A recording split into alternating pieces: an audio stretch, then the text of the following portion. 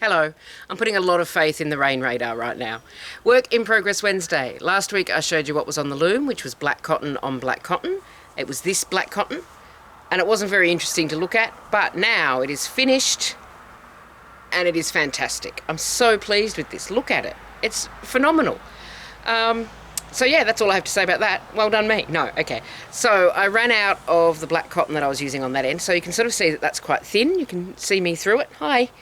And then on this end, it's considerably thicker because my options were to wait to order some more of the thin cotton and wait for it to arrive and therefore have the loom tied up for however long, because I only have one loom, or to substitute a black cotton that I already had, which was a bit thicker, which is what I ended up doing.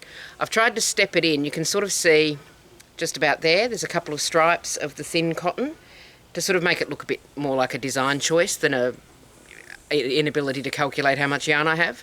And there's a little subtle band at the end there of that thinner cotton as well as a subtle feature.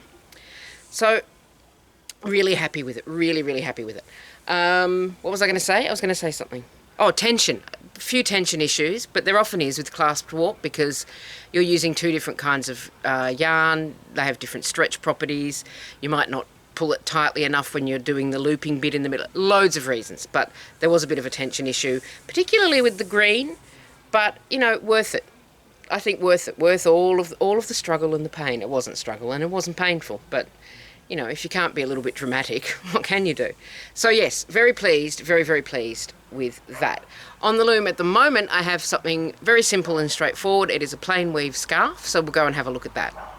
It's a plain weave this time. I haven't done anything fancy with the warp. I haven't done anything fancy with the weft. I'm letting the colours in the yarn do all the hard work for me, which is nice to do sometimes. You start at one end, you weave through to the other end, it's all done. I'm using this yarn from Ice Yarns called Puzzle Wool. I don't know if it's still available. Ice Yarns discontinue their yarns pretty regularly, and I don't know when I bought this. It's just one of those things that was in my stash. It's a beige base. I'll get that sort of into the light a bit. It's a beige base with browns and yellows and reddish browns and a little bit of grey twisted through it. So that's a very long colour shift. You can sort of see the stripes here. Oh, where's my hand? There's my hand.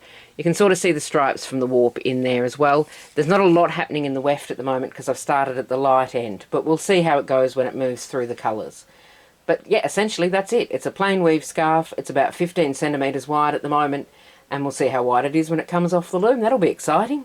Now, cross stitch. I hadn't been doing much on the cross stitch because I restarted my Animal Crossing island, but I've done the bulk of the work in setting that up now, and my museum is closed today because Brewster arrives tomorrow, and that means tomorrow I can get coffee from the pigeon. This makes no sense if you don't play Animal Crossing, but those who do play Animal Crossing will know how exciting it is to have a coffee pigeon. Here's the cross stitch anyway, for those of you who think I've gone, you know, a bit strange. Now, I'll show you what she looked like last time.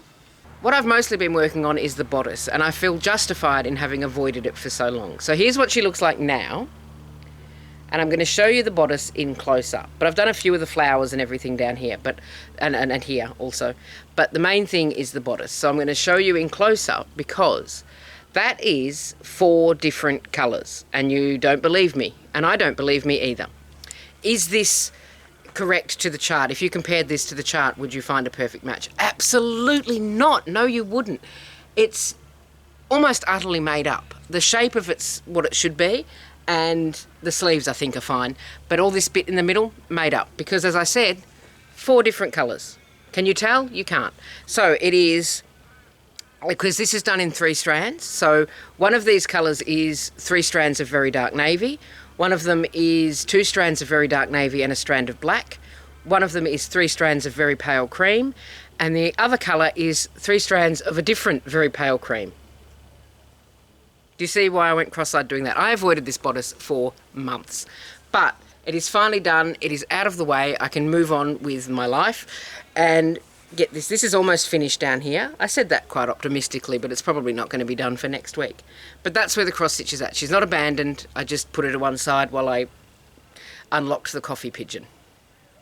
Thank you very much for watching. I'm going to go inside now because it is just about to rain quite heavily, I think. You take care of yourself, and I'll see you soon.